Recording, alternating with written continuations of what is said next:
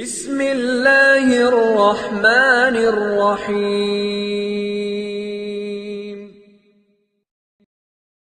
اعوذ باللہ من الشیطان الرجیم۔ بسم اللہ الرحمن الرحیم۔ لقد جاءکم رسول من انفسکم عزیز علیہ ما عنتم حریص علیکم بالمؤمنین رؤوف الرحیم۔ اللہم صلی علی محمد النبی الامی وعلی آلہ وسلم تسلیما۔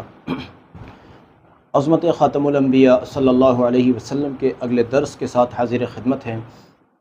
کل ہم نے ذکر کیا تھا کہ حضرت نبی رحمت آخر الزمان صلی اللہ تعالی علیہ وسلم نے کوہ صفا پر چڑھ کر، صفا کی پہاڑی پر چڑھ کر اہل قریش کو اللہ رب العزت کی طرف بلایا، اور اس طرح سے اللہ کے اس حکم کی تکمیل کی جس کے مطابق اب یہ حکم ہو چکا تھا کہ اب دین الہی کو، دین خداوندی کو، دین حق کو، صدائے حق کو اور کھلے عام علی الاعلان عام کیا جائے۔ اس حکم کی اطاعت کا آغاز ہو گیا تھا۔ کہنے کے لیے یہ ایک آسان سی بات ہے، آسان سی بات ہے کہ جی ایک پہاڑ پر چڑھے اور اعلان کیا، بس جس نے سنا سن لیا، جس نے نہیں سنا نہیں۔ یہ کہنے کے لیے بڑی آسان بات ہے، لیکن دراصل یہ آسان نہیں تھا، یہ آسان نہیں تھا۔ آپ دیکھیے آج کے کفرستانوں میں آزادی کے ساتھ نماز پڑھنا بھی مشکل ہو گیا ہے۔ آج کے کفرستانوں میں آزادی کے ساتھ اذان پڑھنا بھی مشکل ہو گیا ہے، جبکہ ان کفرستانوں کو اپنے کفر کے بارے میں کچھ پتہ ہی نہیں ہے۔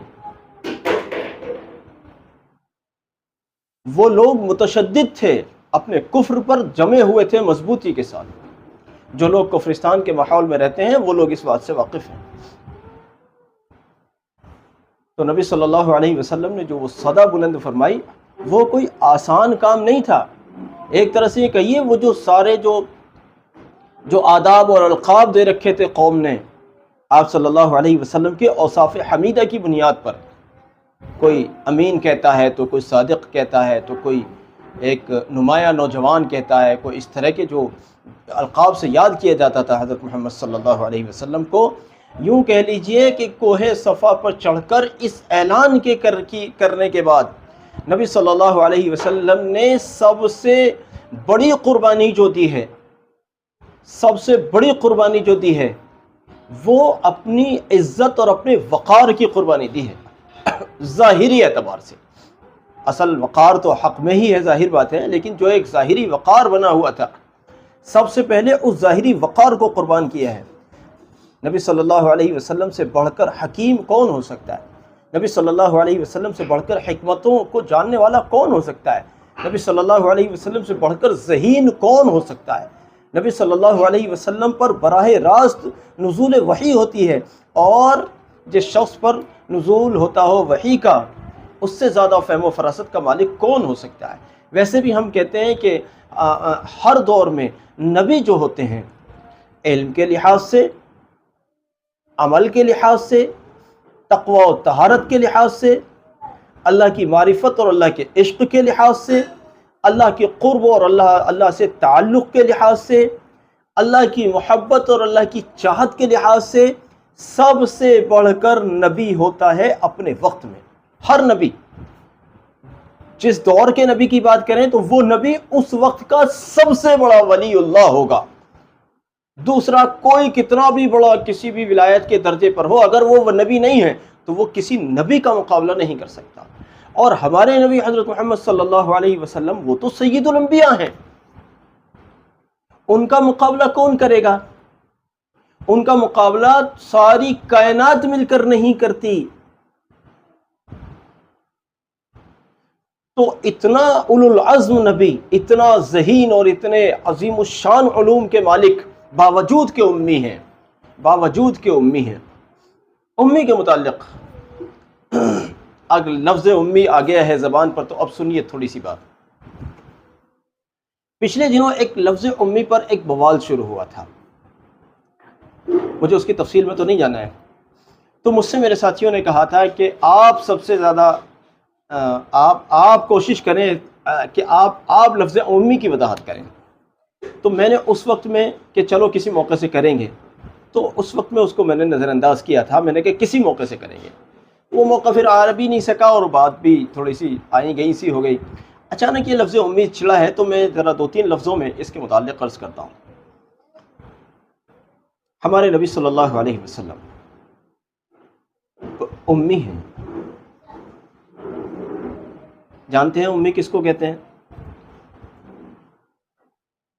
ایک بڑی سیدھی سادھی سی توضیح کروں. امی اس کو کہتے ہیں، اگر سیدھی سادھی توضیح میں کہا جائے اور بہت توضیح میں نہ جایا جائے، بہت لمبی چوڑی تقریر اس پر نہ کی جائے، اگر 2-4 لفظوں میں اگر بات کو ختم کرنا ہو تو پھر سنیے کہ امی اس ہستی کو کہتے ہیں جس ہستی نے لکھنا پڑھنا کسی استاد سے نہ سیکھا ہو، لیکن علوم رحمانی سے وہ ہستی علوم ظاہری اور باطنی کا بحر بے قرار، ایسا سمندر ہو جس کا کوئی کنارہ ہی نہ ہو.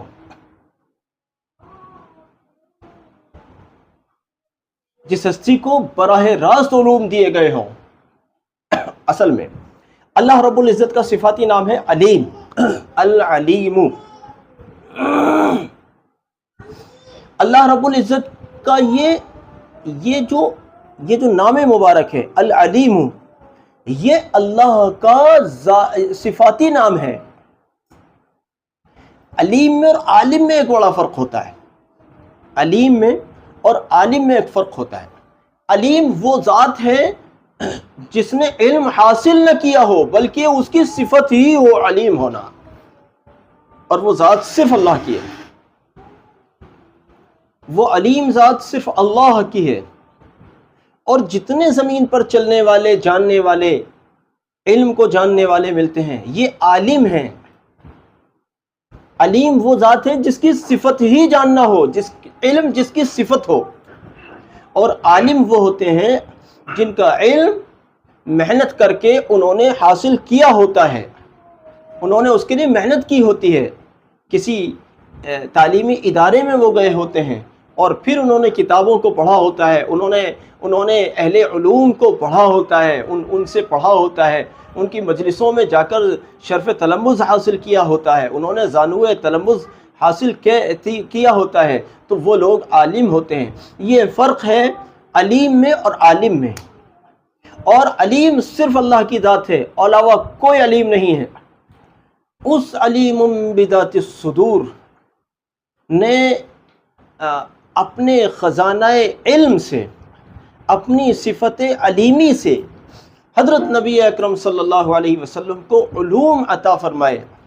اور یہ ہے ذات امی، جس نے علم حاصل کرنے کے لیے کسی استاذ کے سامنے شرف تلمذ حاصل نہیں کیا، شرف تلمذ طے نہیں کیا، بلکہ براہ راست اللہ رب العزت نے اس عظیم ہستی کو علوم دیے ہو، ان کو علوم سے سجایا ہو، ان کو علوم ان کے اوپر منکشف کیے ہو، ان کے اوپر علوم کو ودیت کیا ہو، ان کے سینہ مبارک کو علوم ظاہری کے لیے اور علوم باطنی کے لیے ایسا کھول دیا ہو کہ ہم دیکھتے ہیں کہ نبی صلی اللہ علیہ وسلم کا لقب امی ہے.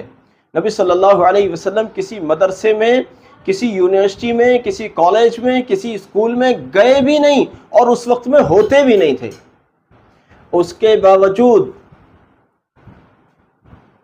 ہم نے بڑے بڑے کتب خانے دیکھے ہیں، بڑی بڑی لائبریری، جن بڑے بڑے اداروں میں ہمارا جانا ہوتا ہے وہاں والے لوگ فخریہ طور پر ہمیں اپنی لائبریریز دکھاتے ہیں. آئیے دیکھیے ہماری لائبریری دیکھیے، لوگ اپنی لائبریری دکھاتے ہیں، اور ایسی کتابیں ہوتی ہیں ان لائبریریز کے اندر کہ جن کو یقیناً اگر ایسی 10 عمریں بھی گزار دی جائیں تو کم پڑ جائیں گی ان کو پڑھنے کے لیے. کہاں سے آئے یہ علوم؟ یہ اس ذات امی کے علوم ہیں جو اللہ رب العزت نے آپ صلی اللہ علیہ وسلم کی ذات امی کو کے اوپر القاء فرمائے. آپ صلی اللہ علیہ وسلم کو یہ علوم عطا فرمائے کہ نام تو امی ہے کیوں ہیں امی؟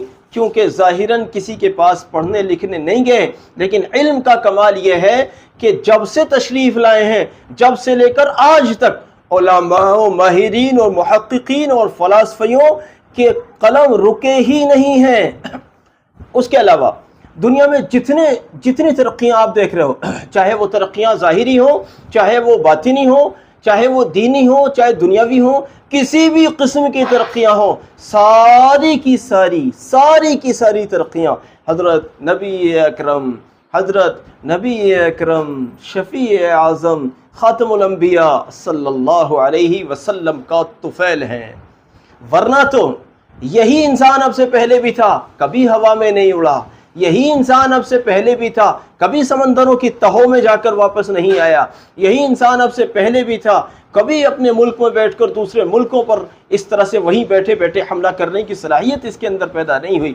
یہ جتنی بھی صلاحیتیں آج دیکھ رہے ہو، جس کو آپ سائنس اور ٹیکنالوجی کہتے ہو، یہ سب کا سب ہمارے نبی حضرت محمد صلی اللہ علیہ وسلم کے علوم سے جو اخذ کیا ہے امت نے، نبی صلی اللہ علیہ وسلم کے علوم سے جو لیا ہے امت نے، یہ سب کا سب اسی کا طفیل ہے، یہ سب کا سب اسی کا طفیل ہے۔ ورنہ پہلے والے بھی اسی طرح کے انسان تھے، پہلے والے بھی سب اسی طرح سے گزر بسر کرتے تھے، لیکن جو ٹیکنالوجی اس امت کو ملی ہے، جو ترقیات اس امت کو ملی ہیں، وہ ٹیکنالوجی اور وہ تحقیقات اور وہ سائنسی ترقیاں پہلی امت نے تصور میں بھی نہیں سوچا ہوگا، تصور میں بھی نہیں سوچا ہوگا۔ جتنی بھی سائنس آپ دیکھ رہے ہو، جتنی بھی ترقیاں دیکھ رہے ہو، سب کا سب قرآن ہے اور حدیث ہے۔ ہم اس پر کسی سے سوچ کر بولنے کو تیار نہیں ہیں، کیونکہ یہی سوچا ہوا ہے، یہی حق ہے۔ اہل باطل کو تو ضرور ہی آگ لگنی ہے، لیکن لگا کرو۔ اہل باطل کو تو ہر دور میں ہی مسلمانوں کی ترقیوں اور مسلمانوں کی گفتگوؤں سے آگ لگتی ہی رہی ہے۔ اگر کسی کو لگتی ہے تو نئی بات کون سی ہے؟ پہلے سے لگتی آئی ہے۔ لیکن سچ یہی ہے، جس نے قرآن کو ایک بار پڑھ لیا وہ قرآن کا ہو گیا، جس نے رسول اللہ صلی اللہ علیہ وسلم کو ایک بار پڑھ لیا وہ رسول اللہ صلی اللہ علیہ وسلم کا ہو گیا۔ ایک ساتھی نے مجھے بتایا تھا کہ صاحب میرے والد بڑے دیندار تھے، لیکن میں دہریت کی طرف جا رہا تھا۔ اب اللہ کی قدرت ایسی ہوئی کہ میرے دل میں یہ بات آئی، یار کم سے کم قرآن کہتا کیا ہے، ایک بار پڑھوں تو صحیح۔ کہتے ہیں کہ انہوں نے قرآن پڑھا اور قرآن میں انہوں نے سورہ رحمان پڑھی۔ کہتے ہیں میں نے سورہ رحمان پڑھی، فَبِأَيِّ آلَاءِ رَبِّكُمَا تُكَذِّبَانِ پر اعتراض تھا، اور جب سورہ رحمان پڑھی تو دماغ کے طبق روشن ہو گئے، اور جہاں تو دہریت کی طرف جا رہے تھے وہاں خالص صفات ایمانی کی طرف آ گئے۔ کہتے ہیں ابھی تو سارا قرآن باقی ہے، صرف سورہ رحمان پڑھی۔ جس سورہ کی ایک آیت پر اعتراض تھا وہی صورت اور وہی صورت اور اسی صورت کی وہ آیات مبارکہ ہدایت کا سبب بن گئی۔ قرآن کو جو پڑھتا ہے وہ قرآن کا ہو جاتا ہے، اور جو رسول اللہ صلی اللہ علیہ وسلم کو پڑھتا ہے وہ انہی کا ہو جاتا ہے۔ یہ کمال ہے میرے نبی صلی اللہ علیہ وسلم کا۔ جتنی ترقیاں دیکھ رہے ہو، جب تک لوگ استاذوں سے پڑھتے رہے، پیچھے کی امتوں کی بات کر رہا ہوں، جب تک لوگ استاذوں سے پڑھتے رہے ایسی ترقیاں نہیں ملیں۔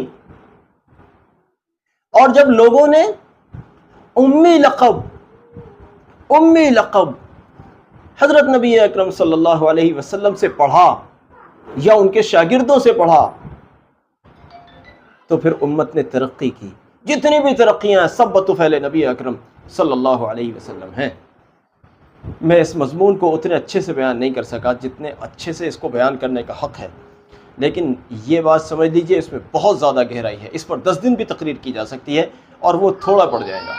انشاءاللہ کسی موقع سے مستقل لفظ امی پر گفتگو کریں گے۔ آج تو بس ایک آدھ جملے میں نے ذکر کیے ہیں، اللہ توفیق دے گا تو کبھی ذکر کریں گے انشاءاللہ۔ خیر بہرحال یہ ہمارا سلسلہ گفتگو جاری ہے، آپ حضرات باقاعدگی کے ساتھ ہمارے ساتھ جڑیں اور اس پیغام کو ساری امت تک پہنچائیں کہ سیرت النبی صلی اللہ علیہ وسلم کی خدمت نبی صلی اللہ علیہ وسلم کے قرب کا عظیم ذریعہ ہے۔ جزاک اللہ۔ السلام علیکم ورحمۃ اللہ وبرکاتہ۔